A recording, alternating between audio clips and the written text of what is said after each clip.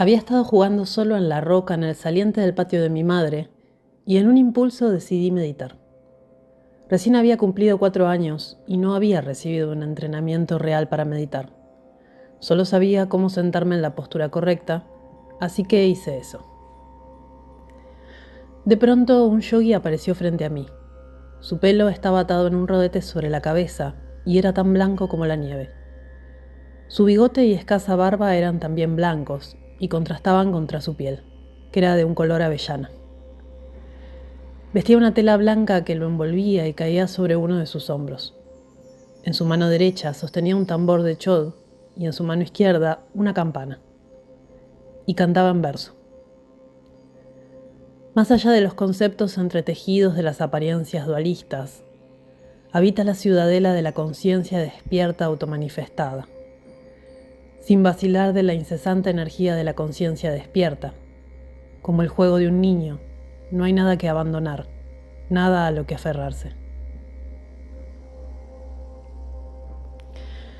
Siguió recitando muchas otras estanzas, ahora olvidadas, y cuando terminó desapareció tan naturalmente como la niebla se disipa ante el amanecer.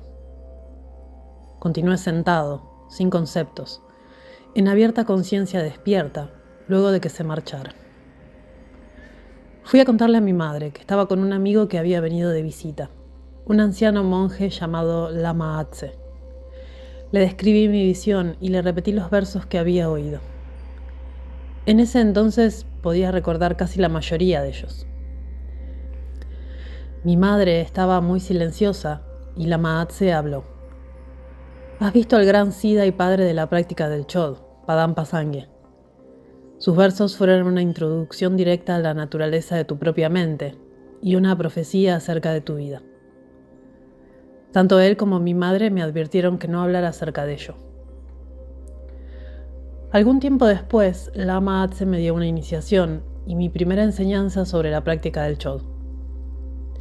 En los años que siguieron escuché otras enseñanzas de Chod de otros maestros también, y cada vez que las oía exploraba nuevas profundidades en el insondable significado de esta práctica, la cual cultiva la generosidad suprema. El practicante va más allá del apego y el autoaferramiento hasta la misma raíz de la mente, e intrépidamente hace una vasta ofrenda de todo, incluso su propio cuerpo, a quien sea que quiera participar de ello, a aquellos que benefician y a aquellos que dañan también. En el caso de los que dañan, la aspiración del practicante de Chod es que ellos se satisfagan tanto por medio de la ofrenda que se abstengan de infligir daño y vuelvan sus mentes hacia la virtud. Así, el Chod es una práctica sanadora que puede beneficiar a aquellos que son afligidos por fuerzas negativas, así como también las fuerzas internas de la enfermedad y la confusión mental, o las externas de seres malvados y ofensivos. El sufrimiento de las personas afligidas y de las entidades que atacan se dispersa simultáneamente. Cuando tenía alrededor de 8 años, algunas personas vinieron de una aldea muchas millas más allá y solicitaron que mi madre regresara con ellos para realizar una ceremonia del Chod.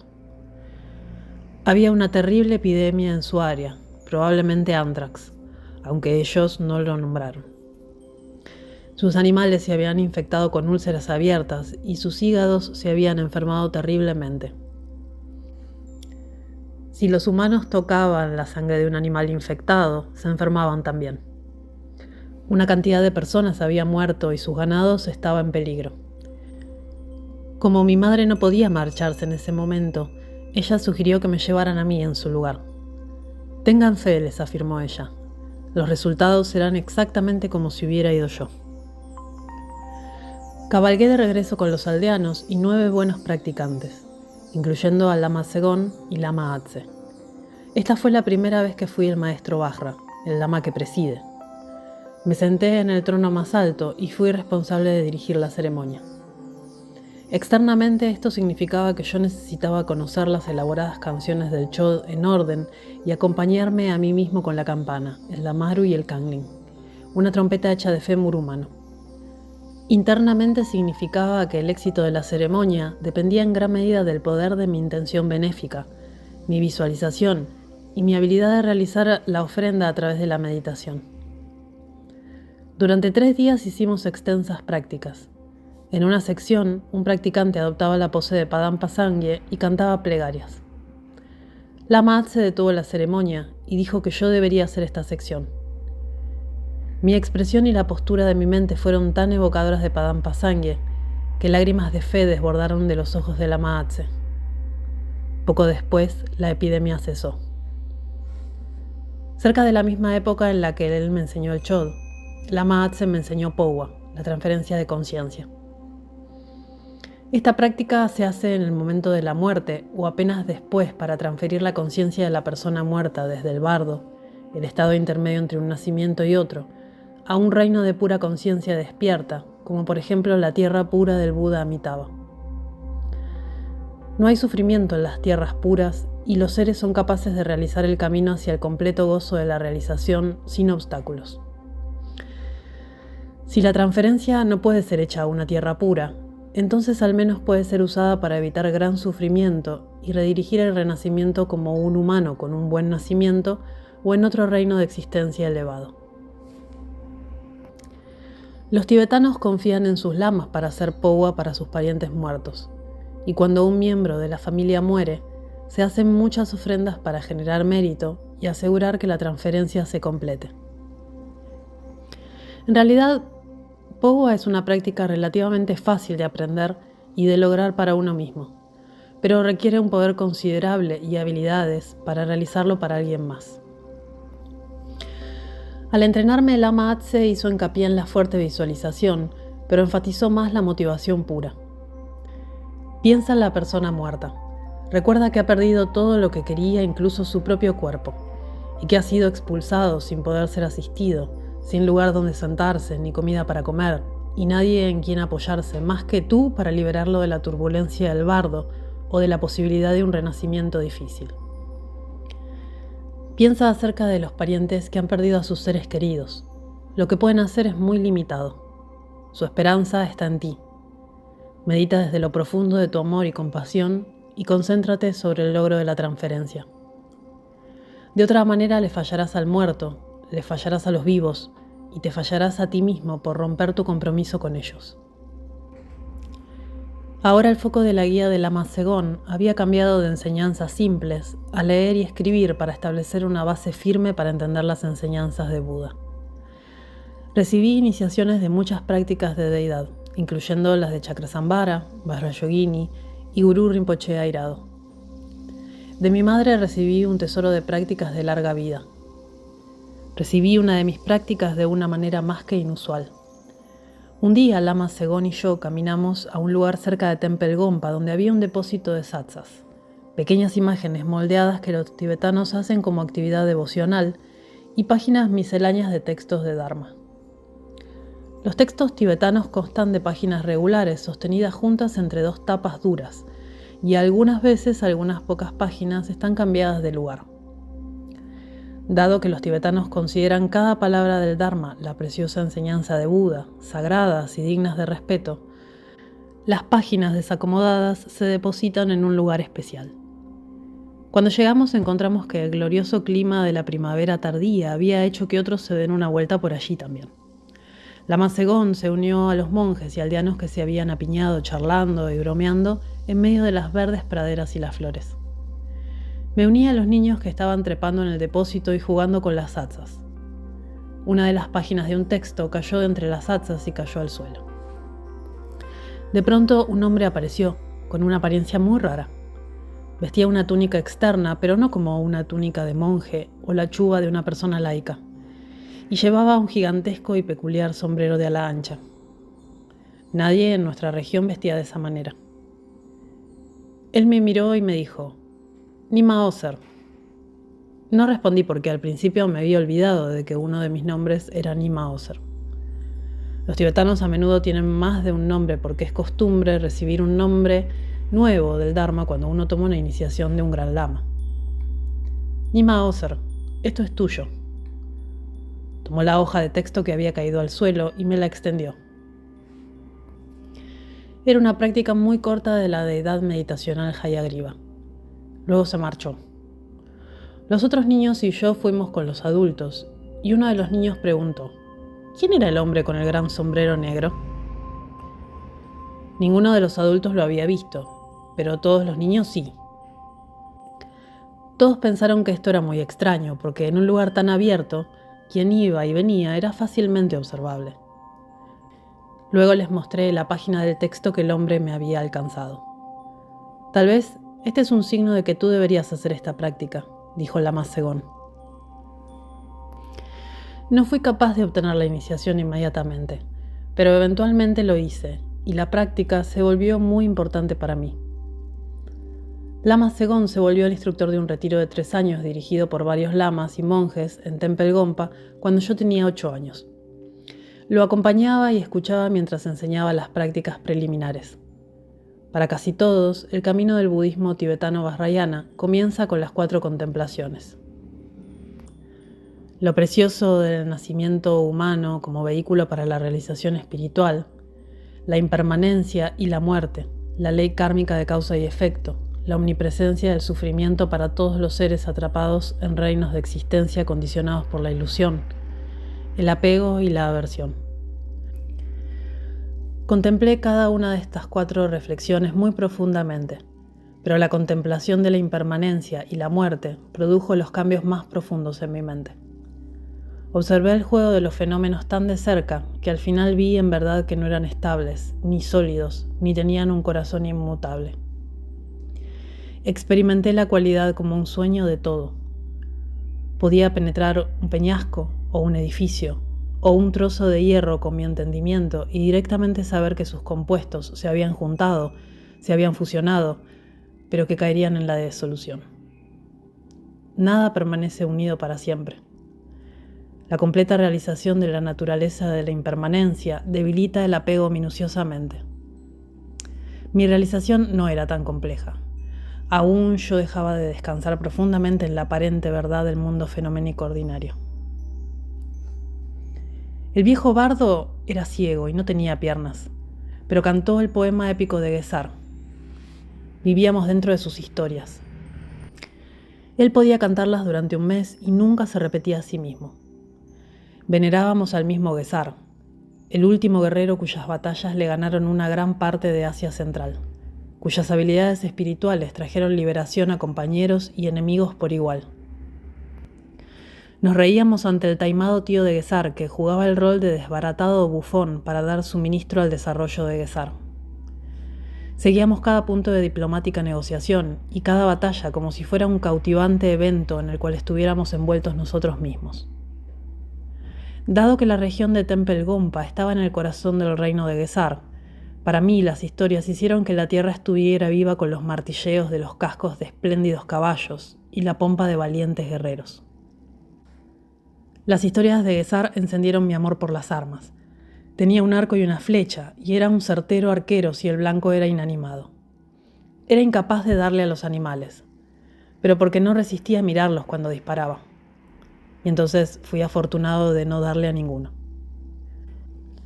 Como fuere, sí tenía un determinante objetivo y plena intención de matar a un ser humano, el consorte de mi madre, mi padrastro Sodga.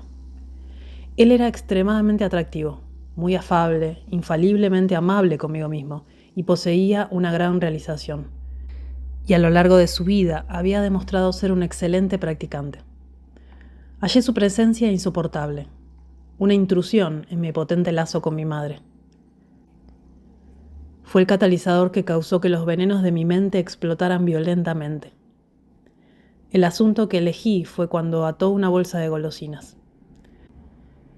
Cuando las personas venían a ver a mi madre, a menudo le traían regalos de frutas secas, caramelos, queso seco y masa frita. Algunos de los preciados caramelos venían de China. Mi madre ponía todo en una bolsa y yo tenía libre acceso a estas golosinas. Luego de que Sodga llegó, él ató la bolsa. Él no me negó nada que quisiera de allí, pero tenía que pedir primero porque él usaba las golosinas en su práctica como ofrendas de mandala a las deidades. Como fuera, su generosidad causó poca impresión en mí en ese momento. Vi atada la bolsa de golosinas y planeé matarlo. Un día, mientras él estaba sentado junto a una ventana, solo era visible la parte de atrás de su cabeza por encima del alféizar, y yo apunté una flecha y disparé a su afeitada cabeza. Luego corrí por mi vida. Cuando me hube alejado alrededor de 100 yardas, miré hacia atrás. En lugar de un cuerpo desplomado, vi a mi padrastro doblado de la risa. Me señalaba y se reía más aún. Estaba descreído, luego disgustado. Haber fallado mi disparo y haber dejado a mi enemigo vivo y riendo, qué contradicción de mi idea de guerrero. En verdad, no había errado mi disparo. La flecha lo había rozado, luego virado y se había alojado en un agujero. Mi padrastro tenía extraordinarios poderes espirituales y no era su destino morir a manos de la flecha de un niño celoso. Nada sucedió inmediatamente porque mi madre estaba afuera, pero cuando regresó y corría a recibirla, ella comenzó a golpearme. Dudo que Sodga le haya contado acerca del incidente, pero otros obviamente lo habían hecho, y ella estaba con un temperamento del demonio. ¿Por qué? ¿Por qué? ¿Por qué tuviste que hacerlo?, preguntó, sacudiéndome y golpeándome duro repetidamente con su mano. De algún modo le respondí: yo soy tu único hijo, y si tú piensas que este hombre es más importante que yo, me iré. Me libré de ella y corrí hacia la puerta. Era tarde y trepé hacia la montaña que estaba detrás de nuestra casa. Continué durante largo rato, ganando altitud más que distancia. Mirando hacia abajo podía ver nuestra casa en el acantilado, el gran valle más allá abajo, y diminutos yaks y caballos moviéndose sin rumbo, yendo y viniendo. La noche estaba cayendo. Decidí que iría a la casa de nuestro pastor y me quedaría con él indefinidamente. Luego, en el quieto aire de la montaña, escuché caballos. 2 hombres cabalgaban por el camino. «Ven con nosotros, Tulku», dijo uno de ellos. «Tu madre nos envió a llevarte a casa, y casi está oscuro». Él desmontó y sin protestar le dejé alzarme en la montura. Tomó las riendas para guiar mi caballo y silenciosamente todos regresamos. Cuando vi a mi madre, ella me tomó en sus brazos y me abrazó. Ambos lloramos. Nada más se dijo acerca del incidente del disparo. Sodga decidió enseñarme el Bodhicharyavatara, el texto clásico de Shantideva que dilucida todos los niveles de la conducta apropiada del Bodhisattva, como el guerrero despierto que utiliza cada momento en el camino a la iluminación como una oportunidad para beneficiar a otros. Su enseñanza me resultó magnífica. Mi media hermana por parte de Sodga nació en medio del invierno cuando yo tenía 10 años. Cuando Lama Segón venía de camino a la casa de mi madre en la mañana de su nacimiento, encontró una flor apareciendo en la nieve. Todos estuvieron de acuerdo en que este era un signo auspicioso. Al crecer, estaba claro que ella era una niña inusual. Algunos días se levantaba alegre, cantaba mantras a viva voz y hacía postraciones enérgicamente. Otros días se levantaba taciturna, se paraba en un rincón murmurando y lanzando maldiciones si alguien se le acercaba. Igual que conmigo, mi madre había recibido avisos claros de que estaba en camino un niño inusual. En un área a 5 días de cabalgata de Temple Gompa, una mujer extraña llamada Ugdron vivía bajo un puente. Ella era muy pulcra y gorda, aunque no tenía comida ni apoyo externo alguno. Su perro era también gordo y saludable, aunque nadie lo vio nunca comer. Los habitantes de la aldea cercana le tenían aversión y temor, pero la dejaron en paz hasta que una prolongada sequía debilitó el área. En su desesperación, los aldeanos decidieron que la mujer era un demonio y la fuente de su sufrimiento. Una turba se reunió y marchó al puente. La agarraron, la ataron y la tiraron en el río para que se ahogara. Para su sorpresa, ella no se hundió, sino que en cambio flotó corriente arriba. Una intensa discusión sucedió. Aquellos que no pensaban que fuera sabio dejarla flotar río arriba, finalmente prevaleció. La pescaron y la liberaron. Luego consultaron a varios altos lamas acerca de ella. Los lamas dijeron que ella no era un demonio, sino una emanación de la deidad Dorje Pagmo. Las personas la dejaron en paz luego de eso y la trataron con respeto. Cuando los peregrinos cruzaban su puente, Ugron los paraba y les preguntaba su nombre y de dónde eran. Ellos respondían y ella describía su árbol familiar, varias generaciones hacia atrás, incluyendo el reino de renacimiento de los fallecidos. Un día un grupo de personas de Temple Gompa fueron en peregrinaje a la famosa estupa que quedaba a un día de caminata del puente de Udron. En cuanto cruzaron el puente, Udron lo llamó. «Dile a mi madre, Delok Dawa Drolma, que no voy a estar aquí otro año más.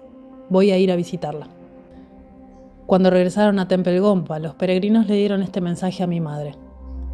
Luego llegaron noticias de que Udron había muerto, y poco después, mi madre quedó embarazada y dio a luz a mi hermanastra. Ella fue nombrada Tinle Wammo, madre de la actividad poderosa. Lama Segón me dio una enseñanza corta y formal cada día y hacía que le presentara la misma enseñanza al día siguiente para demostrar mi entendimiento. Seguí asistiendo a una gran cantidad de enseñanzas que él dio a los que hacían el retiro de 3 años. Como el final del retiro se aproximaba, me informó que yo enseñaría las prácticas preliminares, los fundamentos de todas las prácticas del budismo tibetano vajrayana, durante el siguiente retiro de 3 años. Me tomé a pecho y con mucha seriedad esta responsabilidad y comencé a indagar más profundamente las enseñanzas que había oído.